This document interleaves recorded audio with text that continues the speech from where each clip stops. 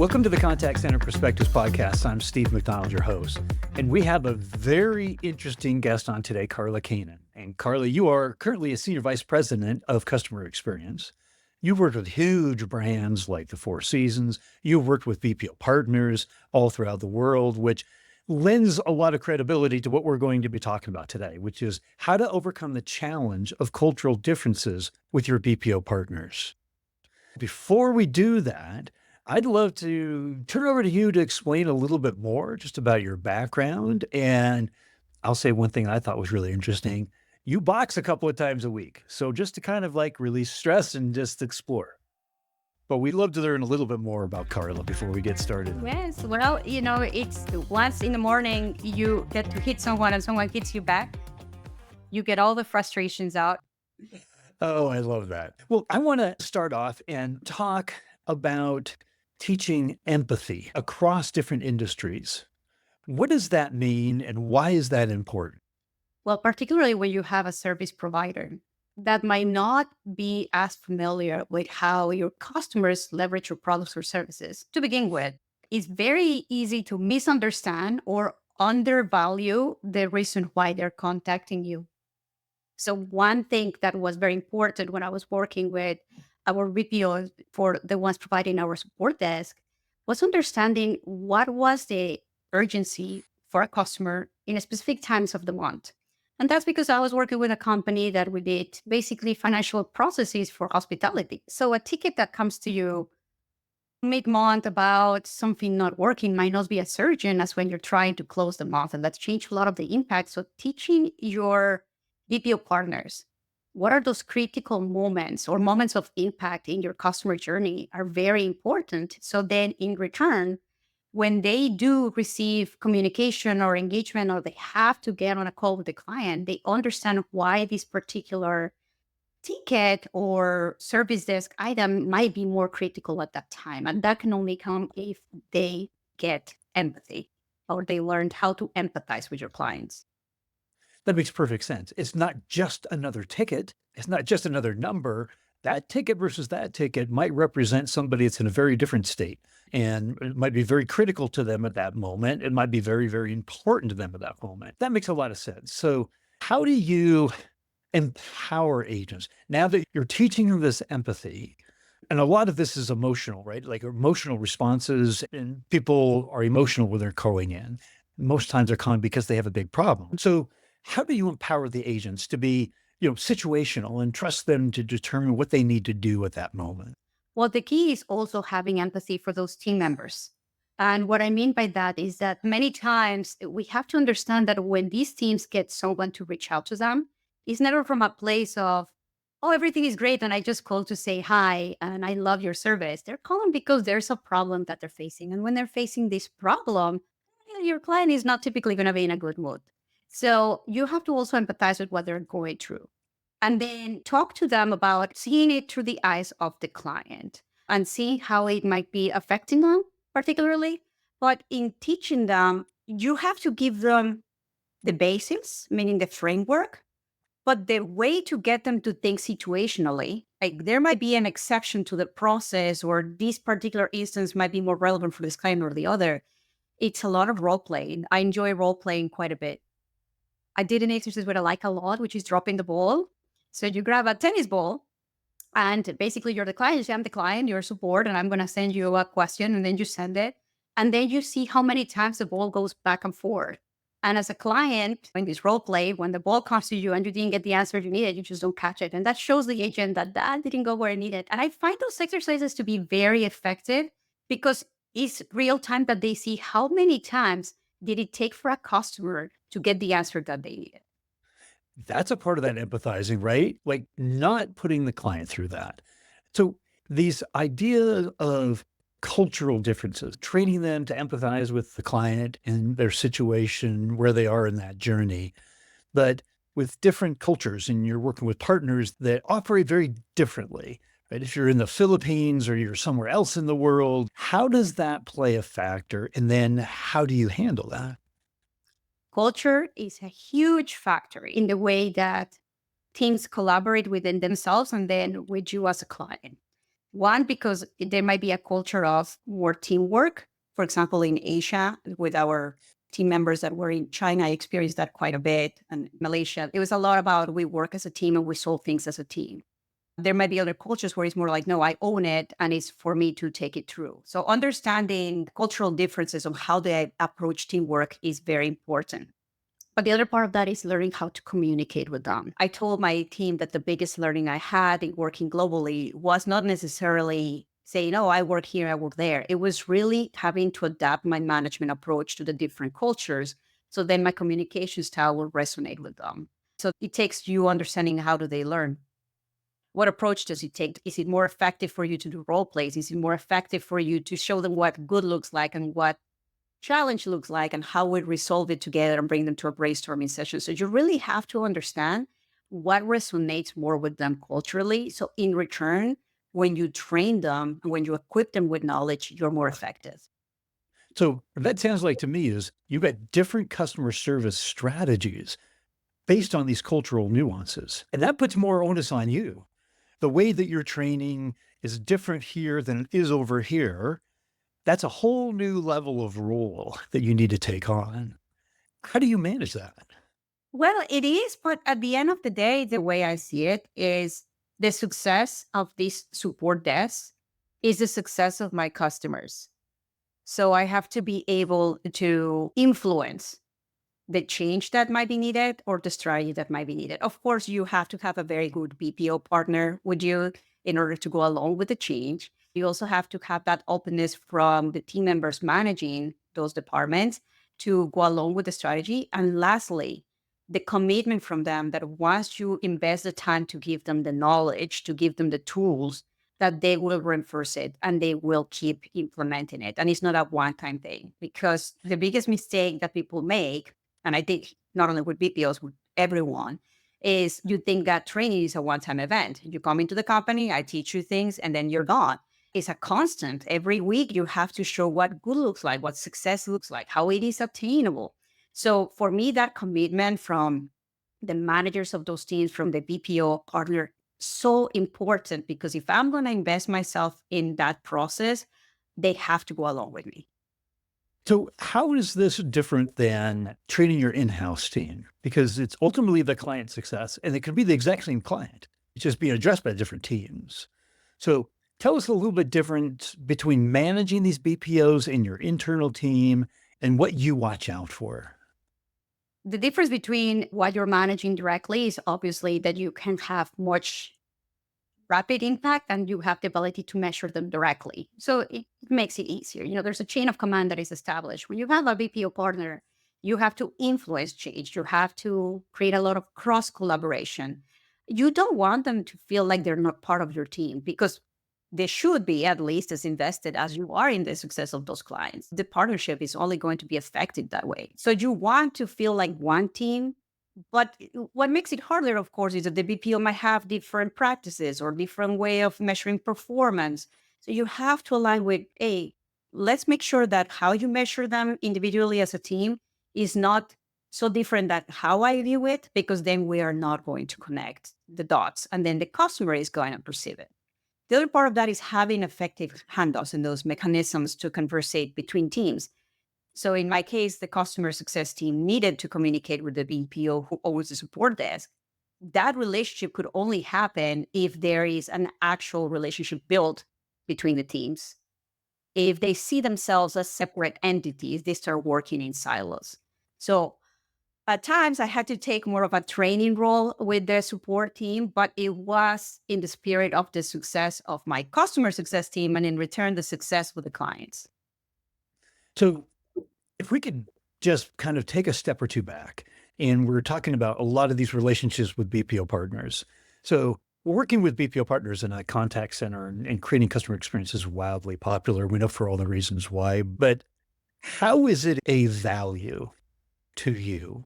How is it something that adds to your business by working with outside partners versus just, 100% in-house? Two things. One is the ability to scale. Obviously, financial reasons might not allow you to scale at your given location. It might be a cost prohibitive.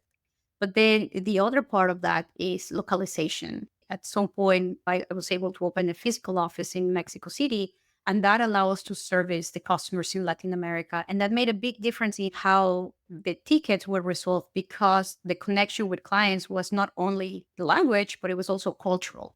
The way they approach conversations, the way they talk to each other, it made the process simpler. So it's not only the financial gains that you have or the scale, but it's also the ability for customers to connect and, of course, to service them in the hours of their operation. So for me, that use case of looking at doing business in Latin America and then realizing, well, we can continue service them out of the US or India.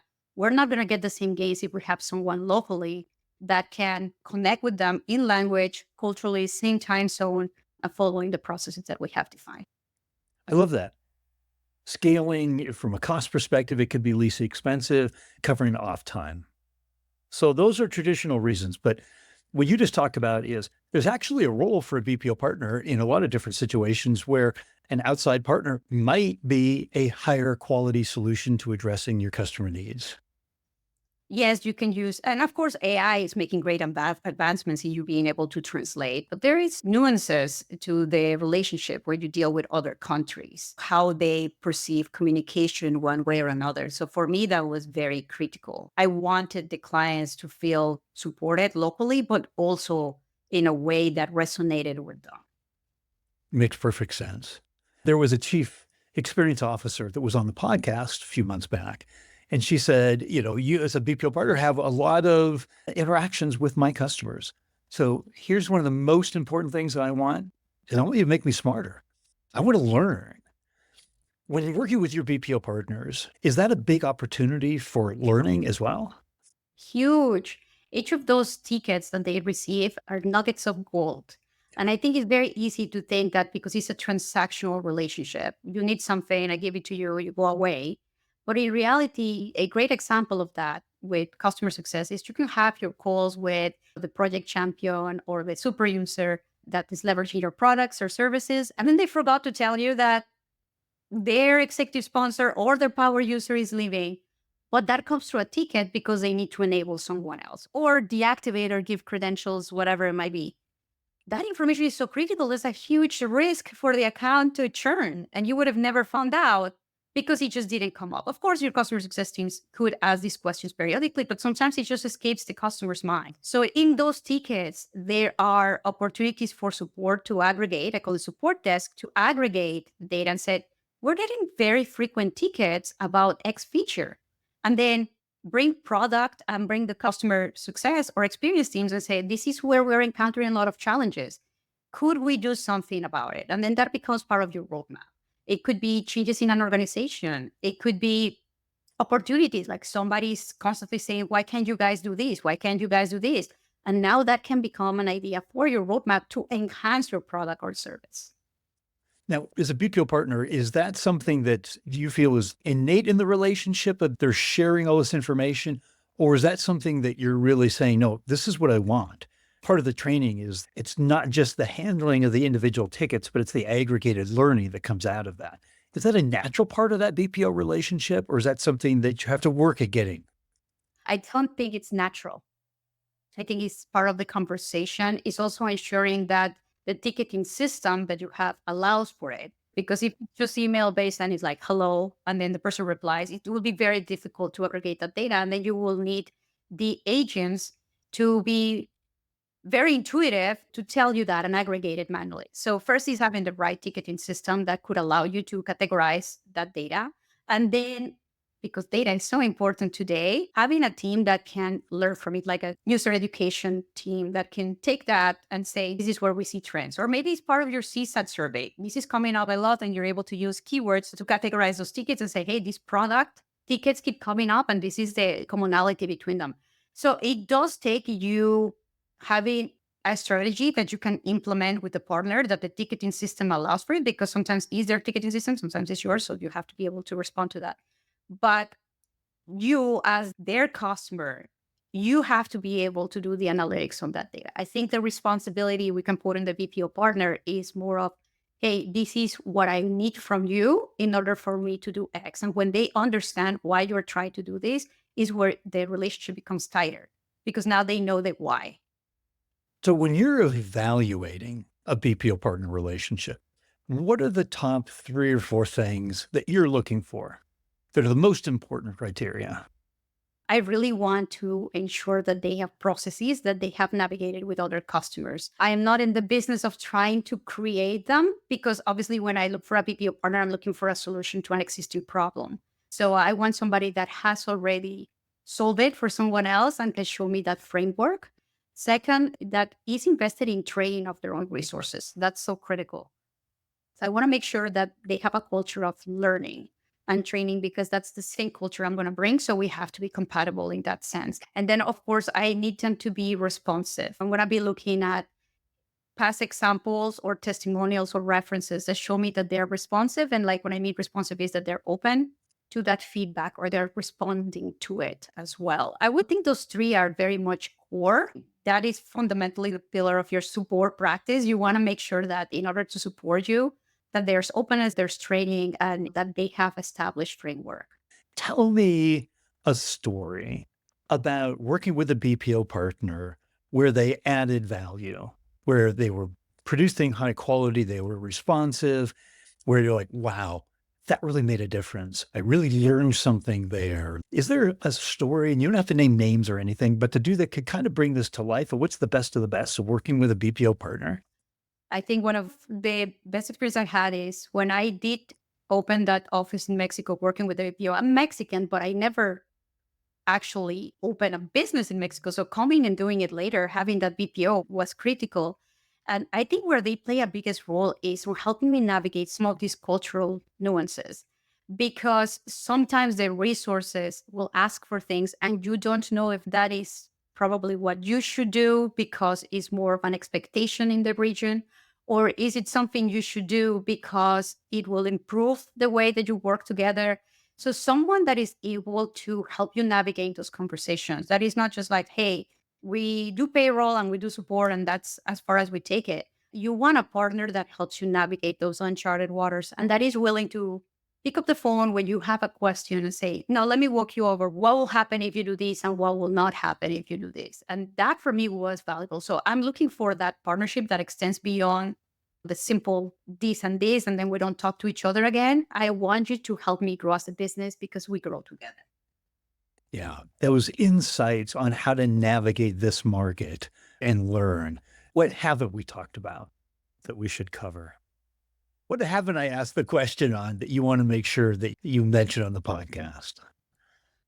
Well, I think one of the key takeaways I had with working with BPOs is that we tend to think about just the specific service that they're providing, but you're basically working with another organization that runs probably in a very different way that you do, mostly under HR practices. So you have to understand what that means. You have to be able to have conversations with them and for them to be open to those questions, like I mentioned. But a lot of that is also understanding where are our boundaries and where can we not necessarily eliminate them, but soften them. So then we can work better together. So, for my experience, having those conversations with the right people at the BPO side, very important. And one thing I like to do when I travel and I met them was actually meeting them for coffee because I felt that we had to really work together. And it wasn't just like, hey, I work with the resources. I really wanted to keep in touch, almost like a business review with them, and informal, if you may. But I want them to know that I was very close to how we were operating and that in those meetings, we will meet for coffee. I will bring feedback. I will say, hey, here are some areas of opportunities, or here is where we're going next year. How can you support me? I'm going to grow, or I'm going to go in this other region. Can you support from there? This is the other country. What can you do for me? So I encourage people that work with BPOs to not be afraid to have those informal business reviews with them. This is a strategic opportunity for them to tell you how they're growing or how they're changing or what they're adding. And the same, how are you growing and how you're going to lead on them more or if you're going to need more resourcing. So the next one is going to be a fun question. What are you most proud of? You've done a lot of work in customer experience and with contact centers, BPO partners. What would you say as you look back as something that you're most proud of?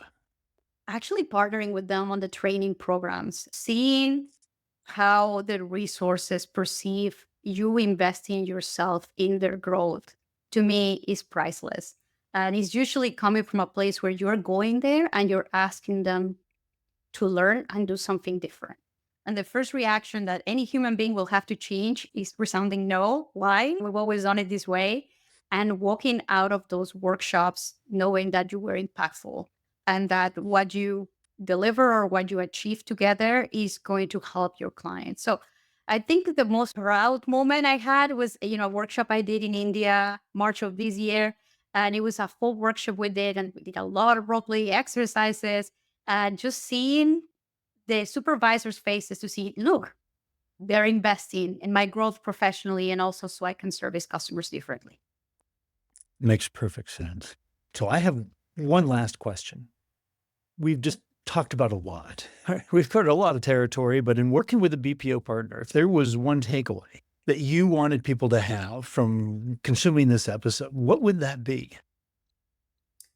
To create partnerships with them, make sure that it's a partnership and it's not just a service provider. Because when it's just a service provider, it's going to take you just to a certain place.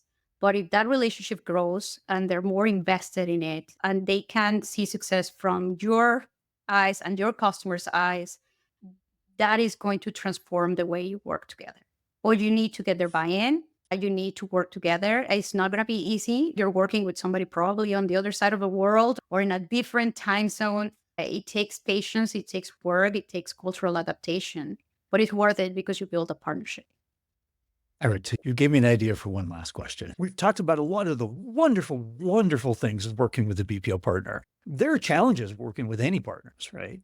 But what's one of the top challenges of working with a BPO partner that you'd want to educate us all on? And how do you work through that challenge so you get to that good partnership that you were talking about? Well, the resistance to change, I think, is the hardest. Sometimes what you might try to achieve will not be necessarily how they will approach things, and that can lead to some friction. But it should be good friction that allows for collaboration. I do believe that it comes a point where you have to evaluate the relationship. And if it's not working, you have to look for a different partner. I've had to do that before. It's painful. I'm not going to say it's easy. It's also change. And many times you want to keep the resources that they brought because they're so great. So before you sign on that relationship, I encourage everyone to look at what will happen to those resources. Is it something that you can negotiate? Because you're bound to find very good people, but the relationship with the BPO might not work out. There might be other instances where you can change that, but before you sign on that dotted line, make sure that you understand the restrictions should the relationship not work out. Thank you for all of the insights and everything you're sharing. Here's what I know. People are going to have questions. And would it be appropriate if we maybe gave a link out to your LinkedIn profile that people could reach out and get a hold of you that way? I'm always happy to answer questions. So, yes, for sure, reach out. Fantastic. Well, Karla, thank you so much for coming on and sharing just a world of information, literally all over the world. You've traveled and you've worked with BPO partners. If there was a message for BPO partners themselves that you wanted to say, here's what I'd love to have from our side of the fence, what would you tell them? Don't be afraid to suggest. Don't be afraid to come with suggestions. It shouldn't be always that the client is coming to you to ask for something, to suggest something, to look to improve something. You have a lot of the data intelligence. You are dealing with their customers day in and day out. Don't be afraid to come and suggest something, whether it's a strategy that they could implement, an innovation, just a framework. Don't be afraid to do that because we might not be thinking about it. We might be so wrapped up with the day in and day out, and your suggestions are very valuable. So don't just take, also give. I love it. You got me thinking so much that I keep asking and thinking about more questions. I keep saying, I got one more, I got one more. But that's it. That's all of it. Thank you for all of these insights. Your sharing like this is part of the rising tide that lifts all boats, right? Because if we all share our insights and what we've learned with our peer community, then we all get better. So I appreciate you doing that for us today. Steve, thank you so much for the invitation.